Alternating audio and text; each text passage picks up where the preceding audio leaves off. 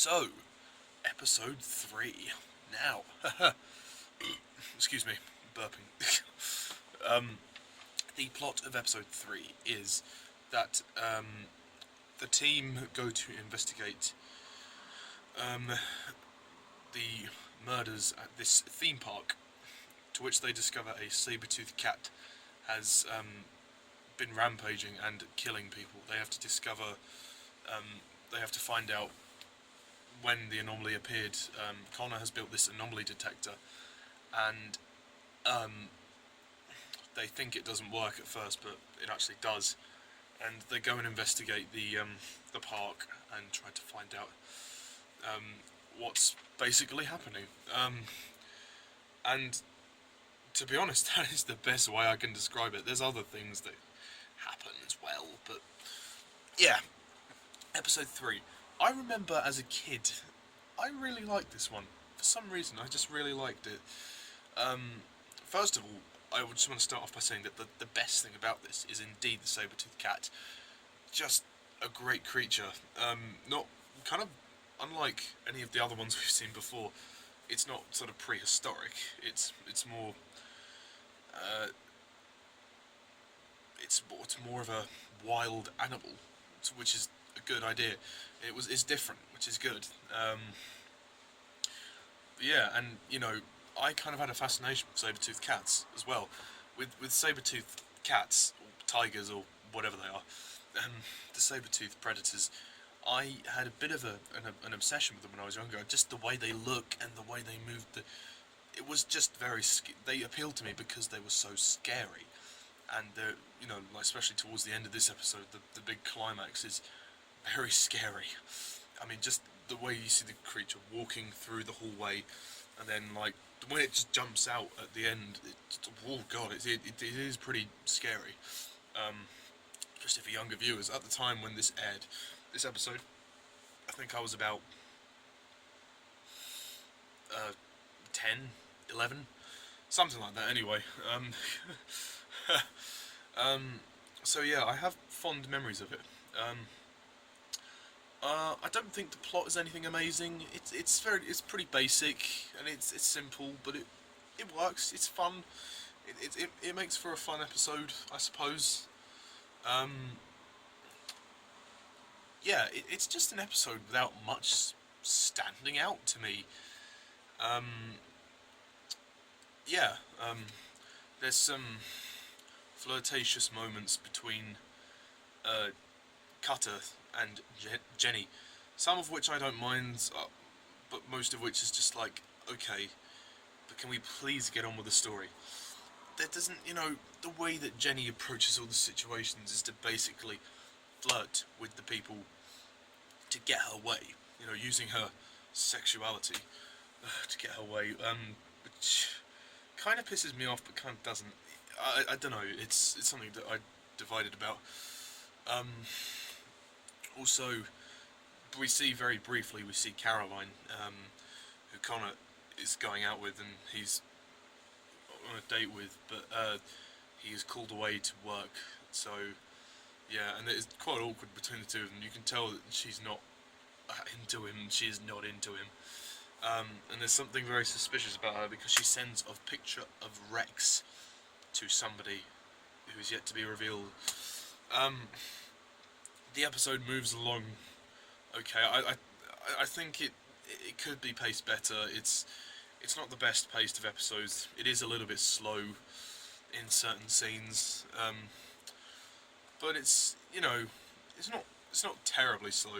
It's just slow as in it takes a while for stuff to happen. The opening sequence is okay. It's nothing memorable. It's a good way to introduce the episode. Unfortunately, this is one of the episodes that goes back to the shaky cam. For God's sake, the shaky cam is so unnecessary. Ugh, I mean, and again, during the scenes at night time, the grainy shots in the dark really distract. They really do. Once again, the cast are great. I mean, Douglas Henshall is fantastic.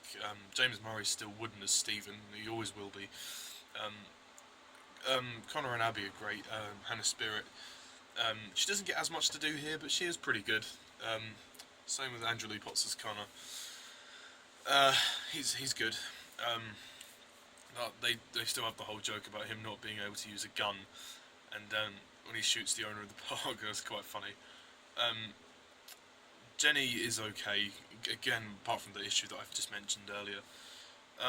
Also, the supporting cast are quite good. Like Valerie, I think she's a good character, although, you know, this episode really falls flat with mystery and suspense, because in terms of the mystery of the plot, it really falls flat. Not flat. It gives stuff away far too easily. The fact that Valerie is sort of the the shock twist that is Valerie, that's been looking after the creature for a long time. It's not really much of a reveal, because the way she acts before, you know, when she appears to the team, and then when she's talking to Stephen, it's not convincing. I don't know if that's. I'm not saying it's the actress's fault. Maybe that's just the way the scene is. Like, I mean, I don't know. It just bugs me, because it's so predictable. This episode is kind of predictable, which is really annoying. It's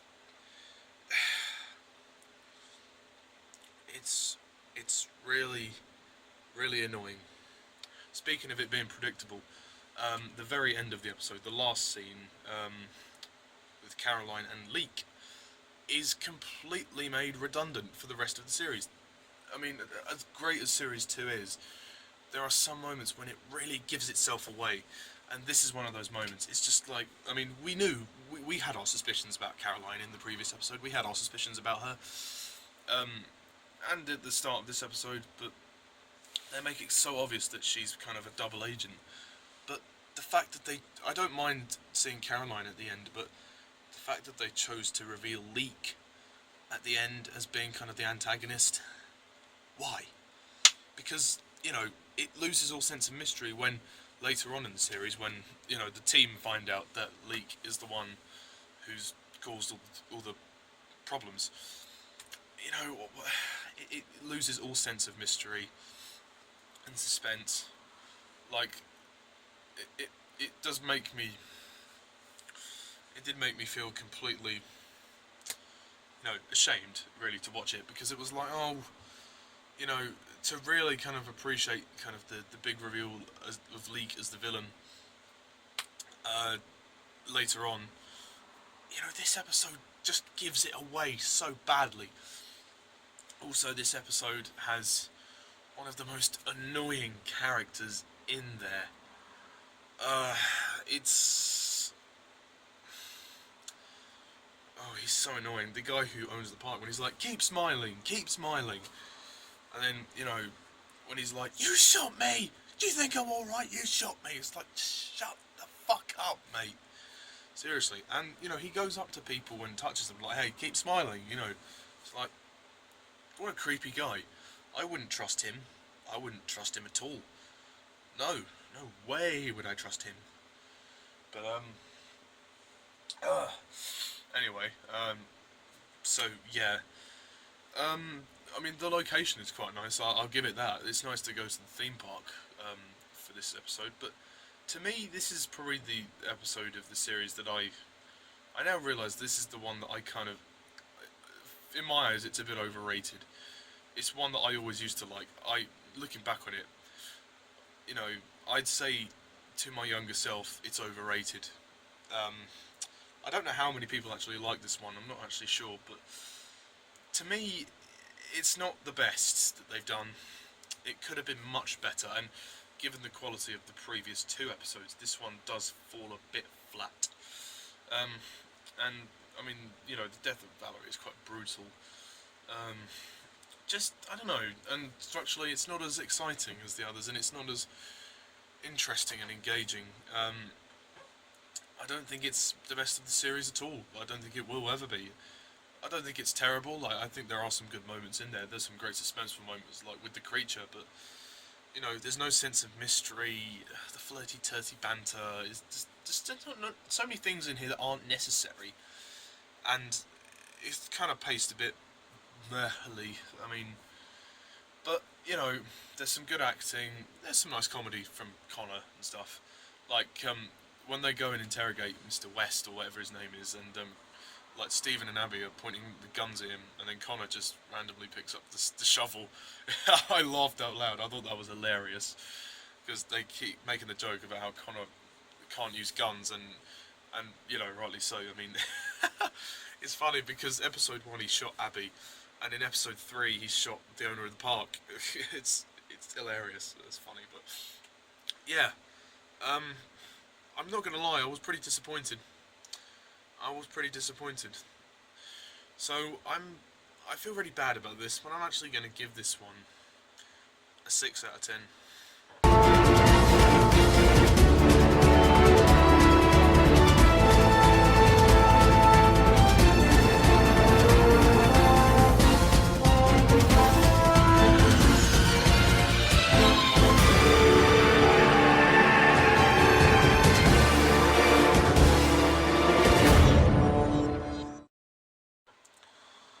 Yeah, no, it wasn't the best. I'm surprised actually because I used to really like it. But yeah, something about it. Maybe it was just the mood I'm in. I don't know. But so yeah, that's really my review of episode 3 of series 2 of Primeval. What do you think? Put your comments down below. Let me know. Stay tuned next time when I review episode 4. So until then, thank you all for watching. As always, I'm Mr. Tyler's 11. See ya.